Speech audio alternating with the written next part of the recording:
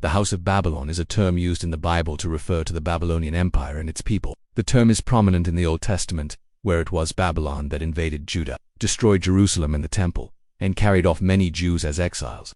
These events are recorded in 2 Kings 17-25 and 2 Chronicles 30-36. But what was the origin of Babylon? What does Babylon symbolize in the Bible, and how does it relate to the New Testament? Let's take a look. In the Bible, the story of Babylon's origins can be traced to the Tower of Babel narrative in Genesis 11, where people attempted to build a tower to the heavens.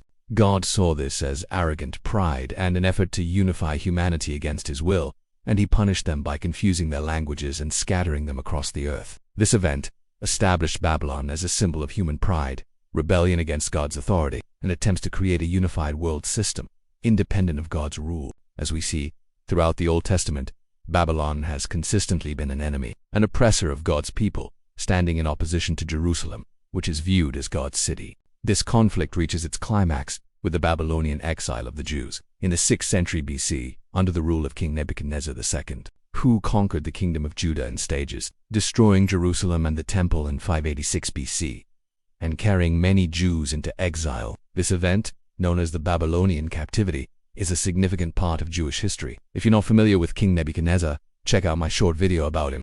The Babylonian exile also serves as a setting for several key biblical stories, including those found in the book of Daniel, where Daniel and his companions demonstrated faithfulness to God while in a foreign land and under pressure to adopt Babylonian ways. Despite its prominence in the Old Testament, Babylon is not mentioned in the New Testament until the book of Revelation. But the prophecies of its destruction, foretold by prophets like Isaiah and Jeremiah, came to pass when Babylon declined and was eventually conquered by the Medo-Persians under Cyrus the Great in 539 BC. This event is recounted in the book of Daniel as a fulfillment of prophecy. In Revelation, Babylon the Great is a symbolic representation of a corrupt, worldly system characterized by arrogance, idolatry, and persecution of God's people. This symbolic entity is identified as Mystery, Babylon the Great, the mother of harlots and abominations of the earth, signifying its wickedness and widespread influence. However, Revelation also foretells the fall of Babylon the Great, signifying the ultimate defeat of worldly opposition to God and the victory of Jesus Christ. Furthermore, in Revelation 18 verse 4, God's people are warned to come out of her, my people, lest you share in her sins and lest you receive of her plagues. This call to action emphasizes the need to separate from the corrupting influence of worldly systems opposed to God.